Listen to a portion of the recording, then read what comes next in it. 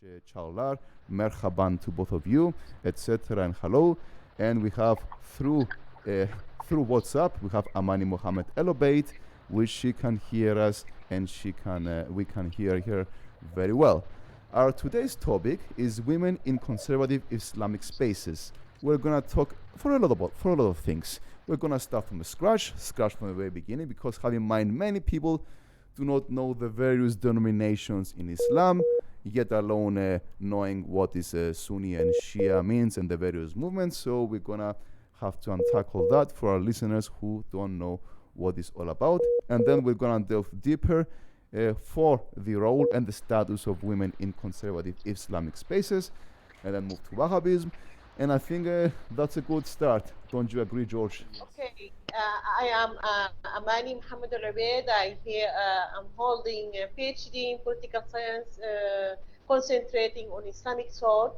I was doing my studies on Sufi groups and Muslim brother groups, and now I'm doing a research on Salafi groups, Salafi movements, and with a special interest on Niqabi women or Salafi women in Sudan. There's a big difference between the perception of Islam between the Salafis and the Wahhabis, between the Sufis and the Wahhabis, or the Salafis. Salafis in Sudan all of them are Wahhabis. It is very interesting that Sufis in Sudan are Sunnis themselves.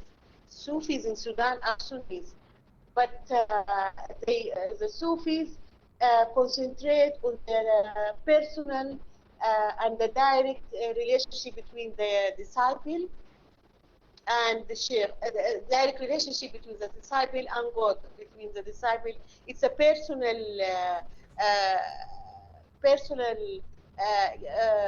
activities, how we perceive religion. So that by adding more prayers, more time for saying zikr, which is some sort of rituals, Islamic ritual, by making more rituals so that you are near to God. And in that way, they believe that there is some sense that when you visit them and you say something in your heart, it will be accomplished. This is what is rejected by the Salafis. And we have interruptions. Friends, we have to go to Sophia Akram, because, Sophia Akram, can you please introduce yourself? And if you can try to take it from where Amani left, which started to describe the more conservative branches, expressions of Islam, to put it this way, variations, and tell us what have you been researching in terms of the human rights in the Wahhabism sphere. Is that a good start? Yeah, sure. I'll pick up from there. My name's Sophia Akram. I'm a journalist and a researcher. I focus on issues that span displacement, human rights, identity, and where they kind of all interconnect. In the past, I've looked at human rights abuses where they have emerged from, say, conservative spaces like Saudi Arabia, and at the moment I'm working on a report with the International UN Watch on how women actually navigate these spaces, either to gain power or how they're disempowered in such spaces, which we're kind of looking at, because usually when conversations happen about Muslim women in particular, they happen about them. They don't really happen. We rarely hear the women who are effective speaking themselves. So just to sort of pick up where Amani was talking from in terms of the main branches of Islam, or the main conservative branches of Islam, it's basically Wahhabism, or we should say Wahhabi Salafism, that is the main conservative strand of Islam that we kind of probably know more about, or hear more about, at least in popular Western spaces like the media. So Wahhabism is kind of like an interesting brand of Islam. And usually people will put the two together, like Salafism and Wahhabism, use them interconnectedly, for example. But Wahhabism actually emerged before Salafism. So Wahhabism kind of emerged in say, the 18th century in Saudi Arabia. And a scholar by the name of Al-Wahhab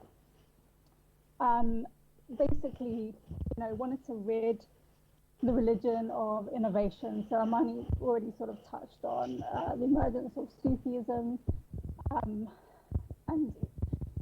other kind of like innovations that were entering Islam, because I guess it kind of makes sense, because where the religion was kind of taking root were in traditionally patriarchal societies. So there was a lot of kind of like culture mixed in with religious practice, which turned into a very puritanical, conservative form of Islam. But Salafism actually came kind of like, about 100 years later. And it didn't even emerge in Saudi Arabia, it emerged in Egypt. And it was the intellectual kind of thought. It was an intellectual current that was running amongst academics in Egypt, which was, contrary to sort of popular opinion, is actually to reconcile itself with modernism.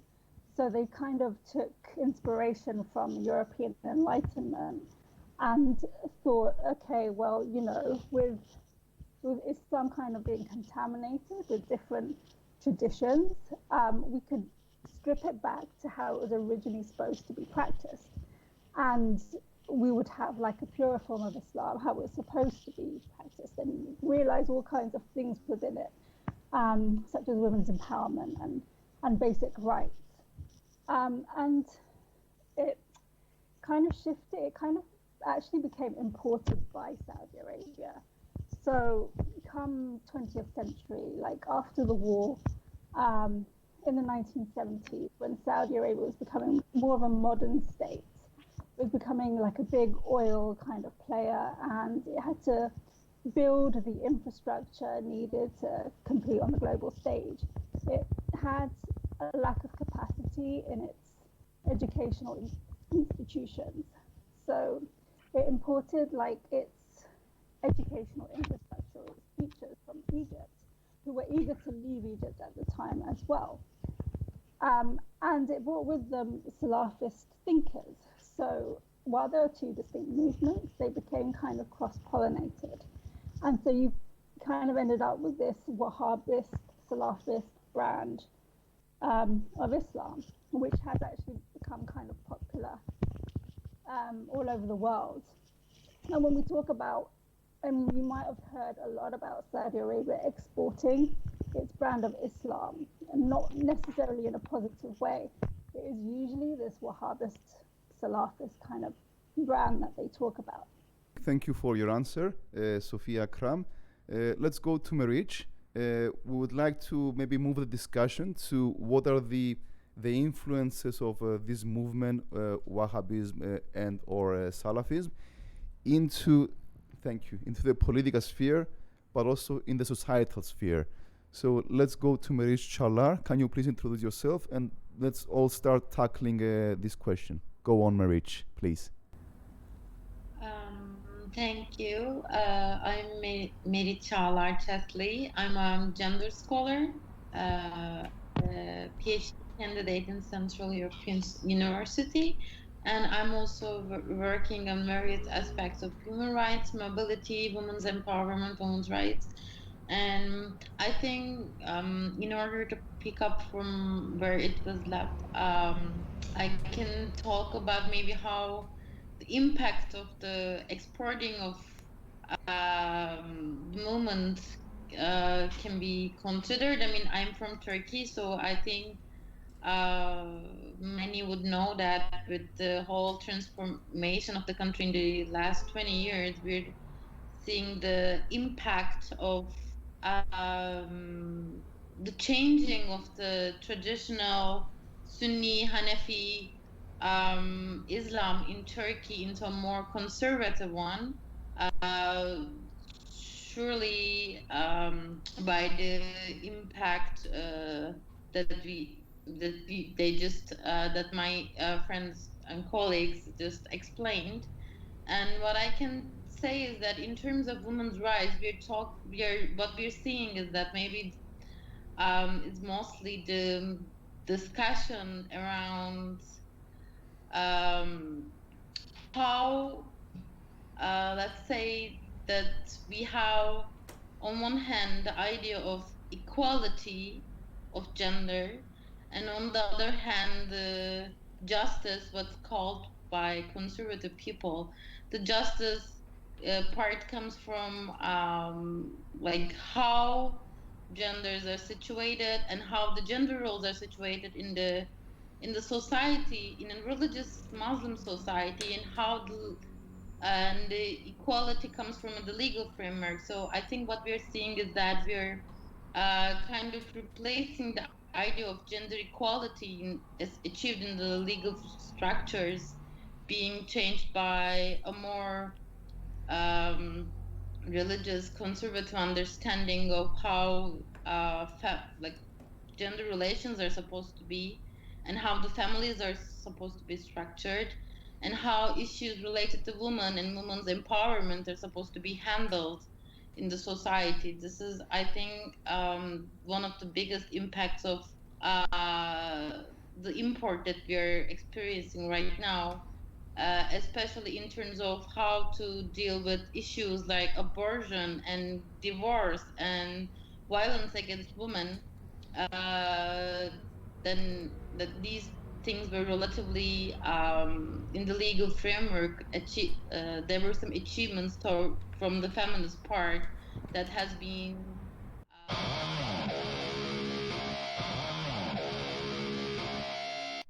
Sorry. Please go on. Yeah. No, I think that was a very good reaction to what I'm saying. Actually, this is exactly how I feel about it. Thank you very much, Meric Caglar.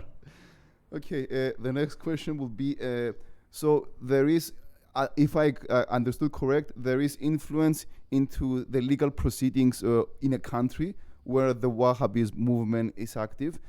So my question would be, what is the political representation, elected or other political representation of the Wahhabism thought and movement in various countries? Maybe you can start, if you could stay with you, Meric, say from what's going on in Turkey in terms with this movement, and then we go to Sophia. Well, I personally am always puzzled with the political thought of the government, I would say, which I strongly believe that they are more worshipping neoliberalism than anything. But I think it's a kind of a new Islam, like this new Ottoman, let's say. This is one of the things that they're trying, right? The new Ottoman movement, and kind of becoming a economic and political and even slash a religious leader in the region, which is where religion is mostly used to gain popularism rather than for economic gain. This is how I see it in short, actually.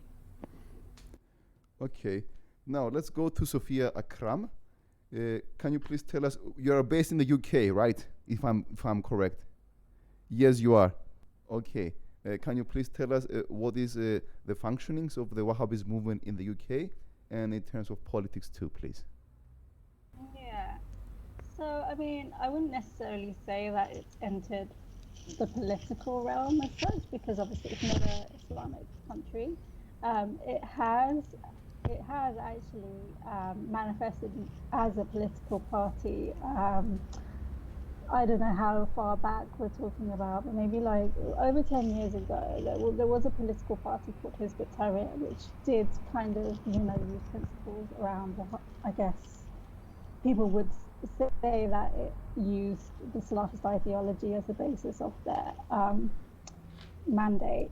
But they got banned eventually. And I think there's been clear public opinion, not actually just amongst British, like the British population or white British, but amongst Muslims as well, that Islam and politics aren't really welcome combinations. Like political Islam as a movement isn't wholly popular amongst Muslims in Britain, at least. But it does it does govern like a lot of Muslims' personal life. So Salafism or Wahhabist Salafism, whichever brand that people subscribe to, because it is a huge spectrum that we're talking about. It will govern every sort of aspect of their personal life. It's been said to be one of the fastest growing sects in the UK, which in particular has been really popular amongst converts. And I think it is this whole aspect of it being stripped from all its cultural innovation. So a lot of people who don't necessarily want to sign up to sect of Islam being popular in the Indian or Pakistani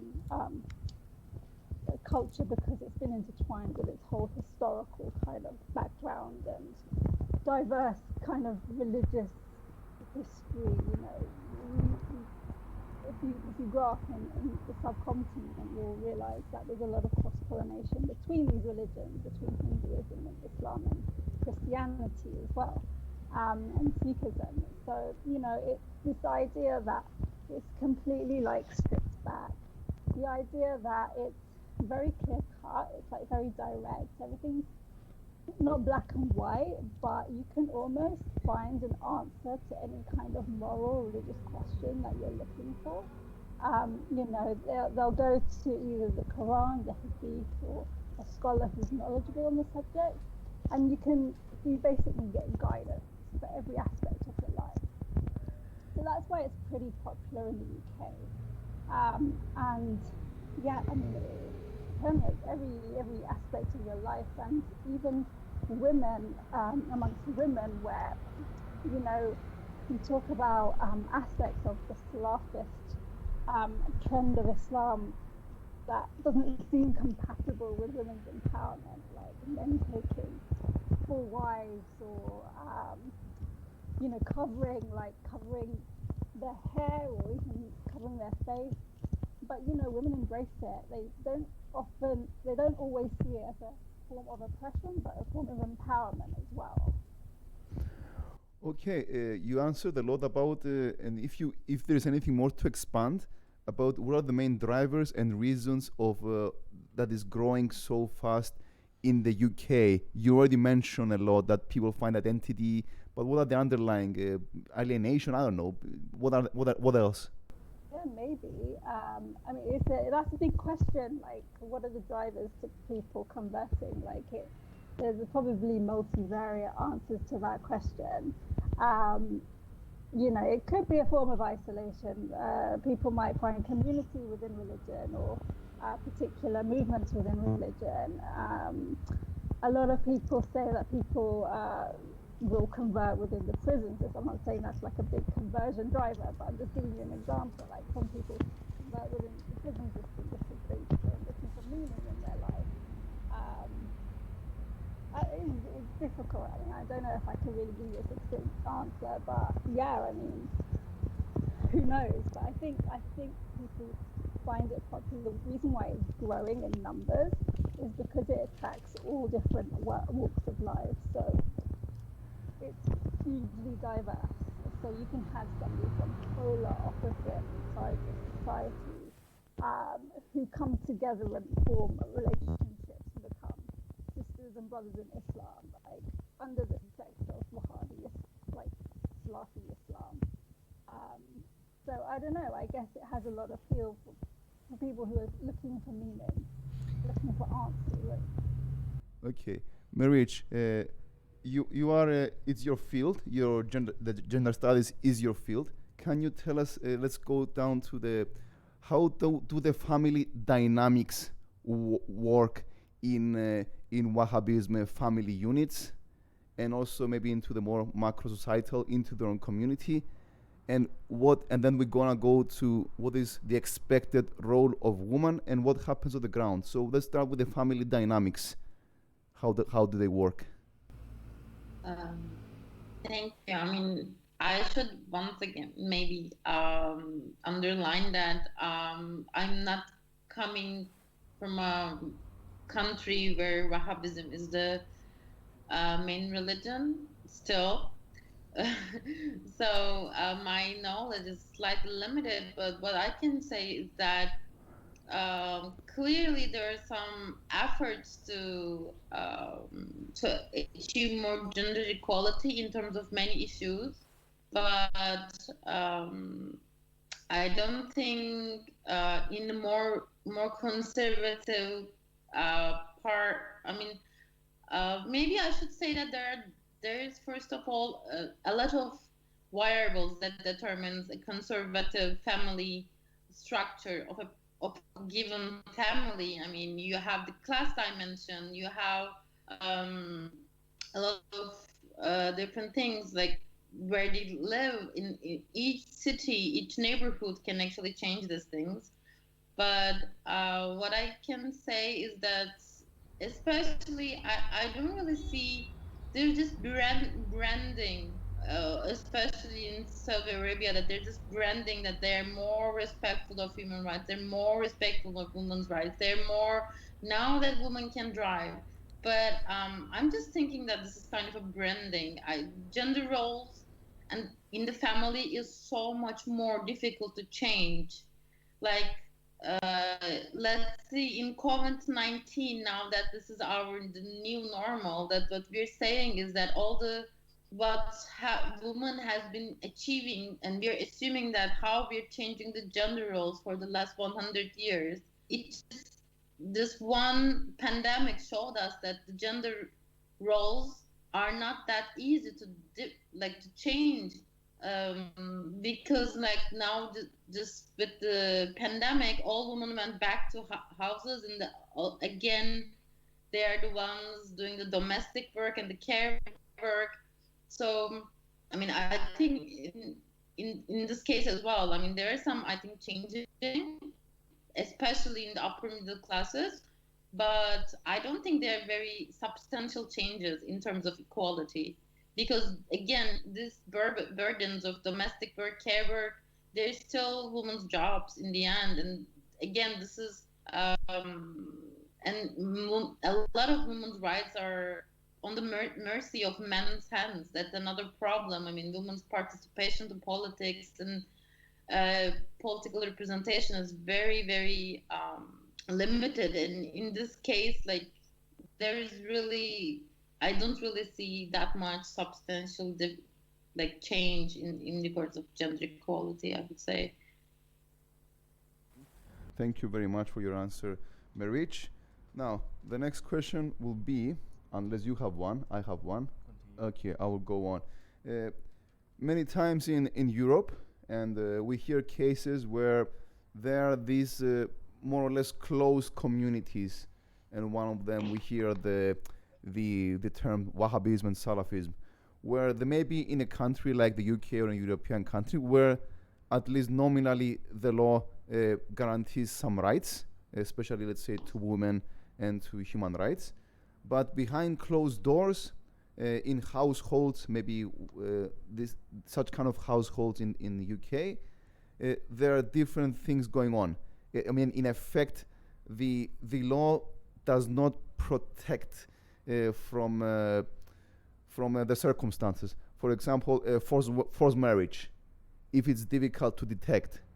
For example, we have children now in the UK, but we take the children to Saudi Arabia, and suddenly the wife doesn't have any access to those children.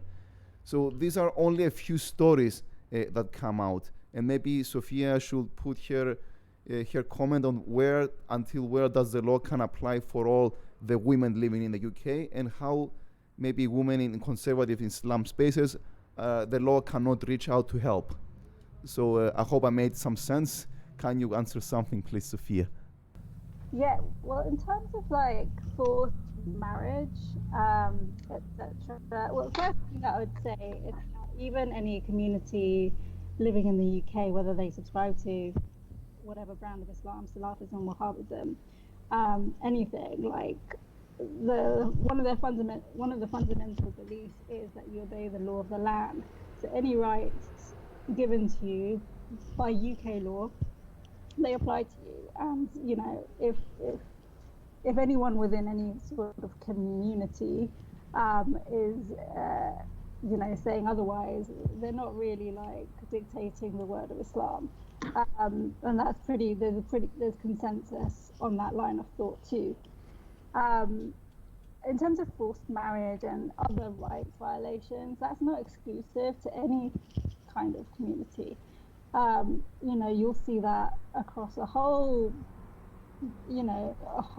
different range of religions and also, you know, ethnic groups or communities. Honor violence, forced marriage, you know, they kind of permeate across all kinds of communities. So I mean, it's not like an exclusive problem within Salafism. It's probably less of a problem actually within that brand of Islam, which might be surprising, I guess, to some people. But I mean, that's mostly because I guess I mentioned before, a lot of people convert to the religion, or a lot of people turn to a more staunch version of having, whether they've converted or whether they've grown up in that particular, if they've grown up in a Muslim household, for example, won't necessarily have grown up as a Salafist. You know, there'll be like women who have grown up in, I don't know, Turkish, Kurdish, Pakistani households, and they'll have grown up. We cannot hear you. But yeah, no, actually, contrary to what you kind of said at the beginning about these communities enforcing marriage or other kinds of rights violations, usually, like, it's actually quite difficult to go against that in their journey towards stricter versions of Islam. So, you know, they will hide the fact that they have, they want to wear the veil. They will, you know, it's not often some a version of Islam that people will grow up in. So I kind of like lost the original question while I was speaking. But yeah, I would just say that like those problems, if you want to like tackle oppression or any kind of human rights abuses, like you go to the root cause of any kind of oppression. Like I don't think it becomes exclusive to any kind of you know, strand of religion or movement. Mhm. Okay, I have a question for both of our remaining guests, Meric and Sophia, and maybe in some minutes we'll try to connect with Amani again, but fingers crossed. How does such a conservative movement like Wahhabism is seen in your countries? Is seen by outsiders? It's seen by the press, or it's seen or is targeted for maybe political motives? What are the rivalries in the society of this movement? So both of you, Meric, do you want to start or we stay with Sophia? Go ahead, Meric. Can I start with the previous question as well, because I found it very interesting? Yeah, sure. Okay.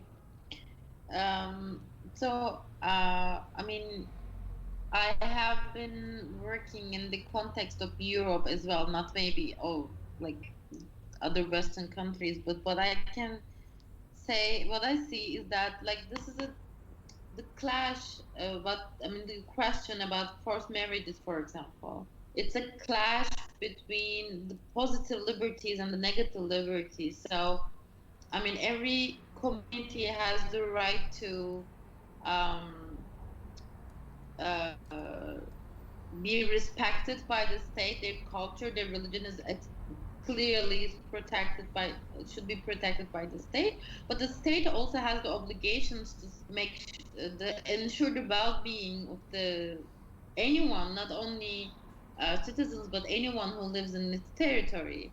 So we see it in the case of forced marriages. We see it in the case of women's circumcision, which is actually female genital mutilation. What's the role of the state? And child marriages as well. Like, for example, in the case of Turkey, what we're seeing right now is that, as you know, we have millions of Syrian refugees, and the number of forced marriages and child marriages has increased a lot. And the way that the government is dealing with is that it's like, yeah, but it's their culture, it's their religion, they have it there, but and so we have to respect it. But to which extent the responsibility of the state is towards a young girl, it's it's another issue. I think it's, again, maybe it's coming from the gender background. I would say it's like fighting the patriarchy in any way, regardless of preservation of culture, I would say. But in terms of, what was your second question? The question we asked before, and you answered rightly, the first one we asked before was, how is the movement being seen by the wider society? So you kind of started going there to continue, yeah. Yeah. I mean, I would say maybe in the case of Turkey, it's quite received well by many, which is very worrisome, I would say, to some extent, because there is this. Okay, what I can say is that Turkey is supposed to be a laic country, and a lot of things that went bad at some point has been accused of, like, Turkey trying to become more Western, Turkey trying to be more secular, and maybe going back to the traditional values of Islam would solve these problems. So this importing of a more Salafist Islam to Turkey is actually welcomed by the pro-government people, clearly. We see it in the drastically increasing, not now, but back then, the huge participation of Turkish people to ISIS, for example, which was made in the last 20 years, of how a lot of social problems could not be solved by the current governments, and basically more conservative Islam was promoted as a solution to a more cohesive society. So I think it was welcome to some point, and it is still welcomed by many. This is like I mean, what I see in Turkey, but of course, in the case of Europe, there is this unnecessary moral panic towards, like, oh, if Islam is becoming the new religion of Europe, or if whether, like, the demographics are going to change, and like the number of Muslim people are going to be so much more than the non-Muslim Europeans, let's say. So I think where this is mostly in Europe where you see the clashes, and I think it's important to mention that the anti-Islam sentiments are very well going together with the anti-migrant and anti-refugee sentiments. It aligns with that. It takes as a pretext and as a reasoning that look at what this movement is doing. So all the Muslims are the same, and all the extremists, and every woman with the veil, and all this kind of sort. Yeah. Okay. Shall we go to a more difficult question, or do you have one? I want to ask how it's being funded. Let's go with that. Yes. Let's go with that. All right. There comes maybe an obvious question. How is the Wahhabist movement being funded, and how does the economy of the movement work? Sorry. So who wants to go first? Sophia, Do you have info about that? Yeah, I mean, I'm not hugely knowledgeable on that side of things. There's definitely thought, or maybe there are reports that, obviously Saudi Arabia does fund a lot of, it exports its brand of Islam by both hosting like certain Islamic organizations within Saudi Arabia, and it will fund, Wahhabi mosques. You know, that's like been well reported. I'm not hugely knowledgeable on the accuracy of any of those reports, or like the ins and outs of it, or the extent. But yeah, I mean, it definitely makes sense. Like, there's a huge proliferation in the UK of mosques that are dominated by imams that have, learned this kind of ideology. We do I feel like this is going to be a question that's coming up, but yeah, there is this conflation with extremism and terrorism that a lot of groups not only tap into the Salafi ideology, but Saudi Arabia are purposefully fueling this movement. Again, I don't know, but those are that is the rhetoric that's happening around how, the funding of it basically coming from the state itself. Having said that, there is the rise of Salafism in different countries, which I'm not sure if it's necessarily linked to Saudi Arabia. After the Arab Spring, a lot of Middle Eastern countries, Salafism just became really popular, and it kind of penetrated a lot of political movements. A lot of political parties, for example, arose in Egypt, and they penetrated the media, and they kind of propagated it that way. Amani is doing really interesting research, actually. I don't know if she's still on the line. We'll try to connect with her in a few minutes. Yeah, no, I was just going to say she's doing some really interesting research around how of the use of charities have kind of penetrated within Sudan, which she'll be able to tell you more about, and how this has kind of led to more women adopting Islamist ideology, and so on and so forth. So yeah, so not very knowledgeable, but this is kind of some of the principles that I've heard about myself. Meric, I have seen you have been nodding while Sophia was talking on the issues. So what's your contribution to this question about the resources and the funding and the economics, and of course the influence of it? Well, yes, the obvious answer is clearly Saudi Arabia, but if something is being sold, then that means there is someone buying it, right? I mean, then who's buying what Saudi Arabia is selling? That's the problem. Not the problem, but how the international relations in the current situation works. I mean, you would maybe remember there was Saudi journalist who was living in the States for a really long time, and he was actually killed in the Saudi embassy in Istanbul. And Donald Trump, for a second, said something like, "This is not acceptable," and then he just shut up. I mean, including the Turkish government, nobody could say anything about a person being killed and body being removed from a consulate, because I mean, this is how it is in the end. I mean, clearly this whole when we look at the war in Yemen and everything, how this is strongly financed by the United States and Canada. I mean, we love Trudeau because he's wearing colorful socks and he's going to gay pride, but on the other hand, they're selling arms for the war to continue.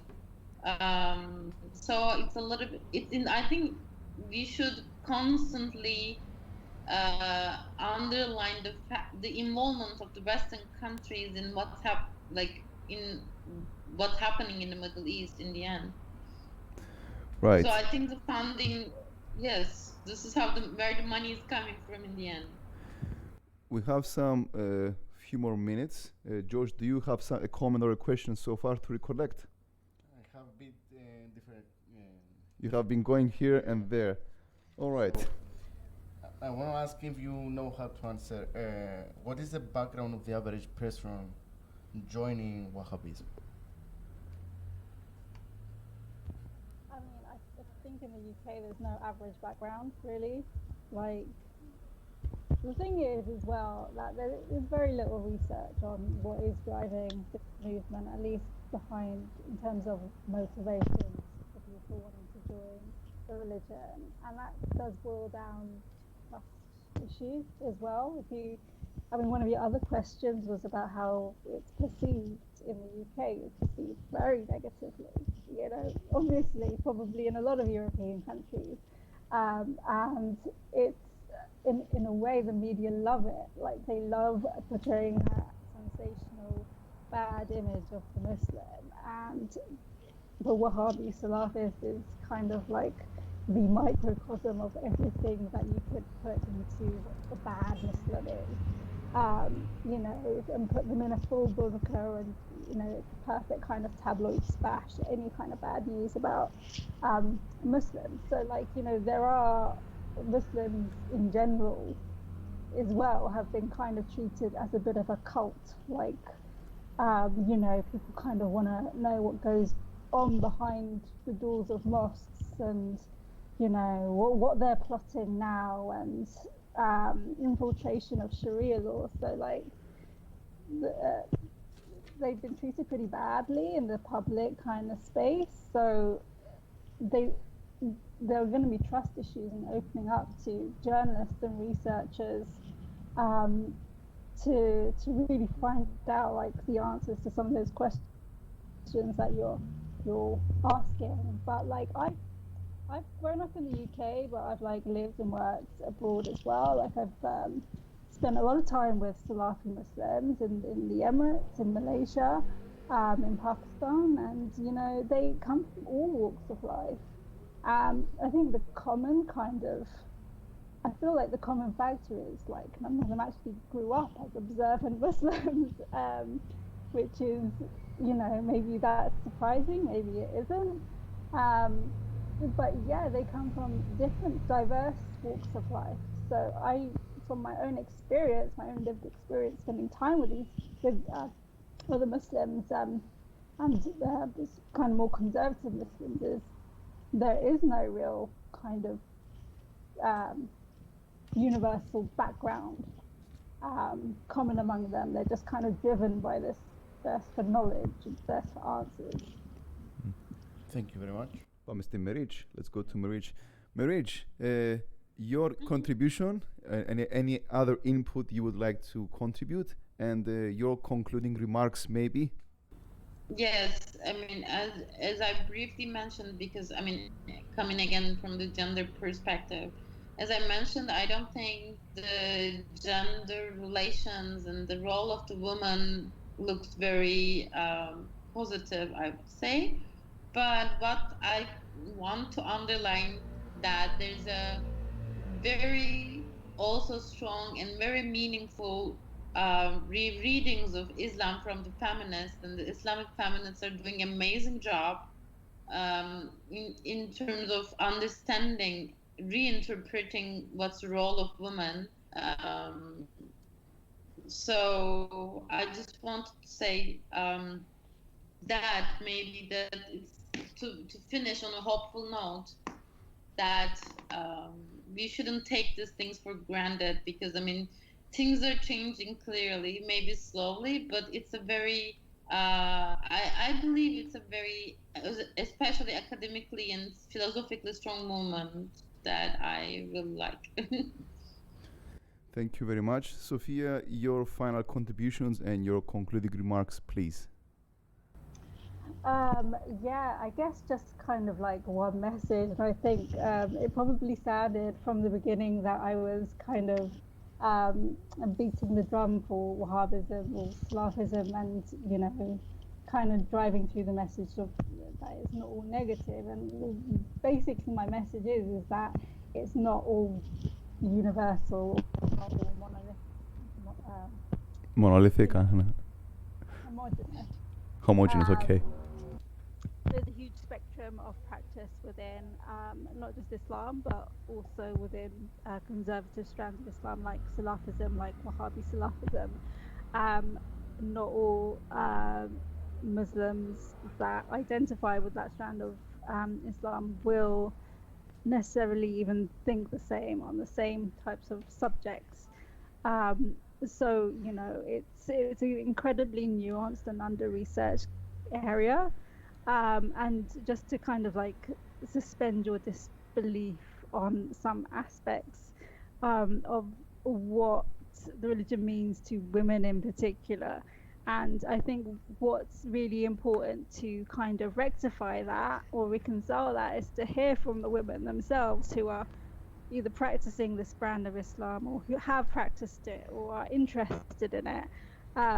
And really kind of like give the pulpit to them, because very often, like I think Meric was saying before, it's usually the men women are usually governed by the men's decisions, but they're also, men are usually talking on their behalf as well in public spaces, in the media. And we're at this kind of like really interesting time generally in society where we're completely flipping the script on issues around race, power. And this is another kind of extension of that. So whatever like we're talking about when we're talking about otherized communities, we should be turning to the communities themselves and giving them the space to talk on their own behalf. I think that was a very positive and constructive. You said, give the voice to the voiceless. So that's, I guess it's our job. That's a future project, man. Yes. Well, I think we just scratched the surface of the issue of women in conservative Islamic spaces. Thank you for being with us, Sophia and Meric. Amani, if you go back online, please speak a bit slower. May I remind our listeners that there has been power outage in Khartoum, so we are living in interesting times. So we're having constant disconnections and connections with Amani Mohammed El Obeid. You are back. Can you speak a bit slower and conclude your answer, because you have been having interruptions? The phenomenon in Sudan is striking now because Sudan is a predominantly Sufi. The Islam in Sudan, the Islamic nature, the Islam in Sudan is a Sufi in nature. So the appearance of Salafi women who wear niqab, which is a garment that cover all, black garment that cover all the body, including the face, is striking. It's not similar to the Sudanese culture. So there are so many factors that led to this phenomena. Global factor, which is represented by the social network in which Salafis are very active. The Salafi TV channels, which has been broadcasted and or opened after the Arab Spring in Egypt, in Libya, etc. And there are so many. And another factor is the coming back of the Salafi figures, Salafi jihadist figures who used to be in the Gulf, in Saudi Arabia and in other Gulf countries, and who refused the presence of the American troops in the region. So they came back. They were welcomed by the Islamist regime of Omar al-Bashir, and they were given facilitations in the media, in the TV, in the press, in order to disseminate their thoughts. So all these factors led to the appearance of the women wearing niqab and indoctrinate themselves into Salafi version of Islam. Another factor is this is what I found during my study, is poverty. Salafis are very attached to the charity activities of Saudi Arabia and the Gulf countries in Sudan. And there is a very big project run by Saudis in order to combat the development or the encroachment of the Iranian Shi'i Islam. Africa is a battlefield between the rivalries between Saudi Arabia and Iran. So Sudan is one of the battlefield of these rivalries. So, for this reason, the Saudi charities are very active in Sudan. They provide, they are dominating the all Quranic centers. It's centers for teaching women the Quran and teaching them some domestic activities. So they are very attractive to women because they give them chances to have studies in Saudi Arabia, and the most important, they give them chances to have jobs through the charity organizations, and to have jobs even in Saudi Arabia. So another important factor is the atmosphere created by the Islamist government of Omar al-Bashir that continued for 30 years, and the slogans of Islamization of the society. In fact, there was some sort of intermingle of interest between the Muslim brothers represented by the government of Omar al-Bashir and the Salafis, despite the fact that some Salafis stood aloof from the government, but most of them participated in the government, and they were given chances, they were given support through media, through the TV, in order to preach or order to disseminate their ideas. So all these factors, in addition to poverty and unemployment, that push women in order to overcome poverty through charity organizations. So this is, in a summary, what is taking place in Sudan. And it is striking because in 2003, the Niqabi women were concentrated only among the Takfiri groups. The Takfiri groups is Salafi jihadist groups who are saying that all other factions or other Islamic factions are infidel and they are hostile to them. So they were very limited in number, and the Niqabi women were among this group in 2003. But in 2013, after the Arab Spring and the TV channels of Salafi groups in Egyptian TVs and etc., in the Arab TVs, this phenomena has been escalating very much, and for the factors I mentioned now. So this is in summary what is taking place in Sudan now. We are very happy that go on, yes. Go on. Yeah, well, I was gonna say we're very happy. Yeah, go on. Sorry, I interrupt you because there's some delay. Amani, yes, go on. The microphone is yours. Sorry for my interruption. Yeah. Okay. So they are founding new grounds. Salafis women are founding new grounds in Sudanese universities, which is a very new phenomenon. Before, when I was a student in Khartoum University, there were only one member among the 10,000, 4,000 students of Khartoum. So now they are very numerous, and they are finding new grounds. They are winning student elections. So they are supported, as I mentioned, by Saudi Arabia and countries. And they are very active, highly organized, and they make excellent use of the vacuum created in public, in religious space, a vacuum that was created by the Muslim Brotherhood who turned to business and politics. They left the religious space empty for the Islamists to fill. So they made excellent use of this chance, and they are very active, highly organized, even more organized than some other political parties. While I was doing a field work for this issue, I found that they have centers in every headquarter, in every housing quarter, sorry. They have centers, Quranic center in every housing quarter, and they are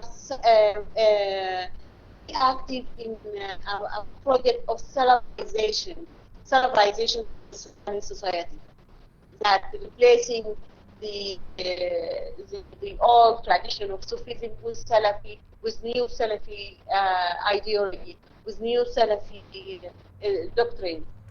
So this is what is taking place actually in Sudan. And they, even after the fall down of al-Bashir, they are increasing in number. They are increasing in number. This could be part of a societal transformation in Sudan. And what I was finding in my research is that there is an ongoing radicalization of Sudanese societies taking place, that took place since late 1970s through Sudanese expatriates in the Gulf countries, Saudi Arabia and the Gulf countries.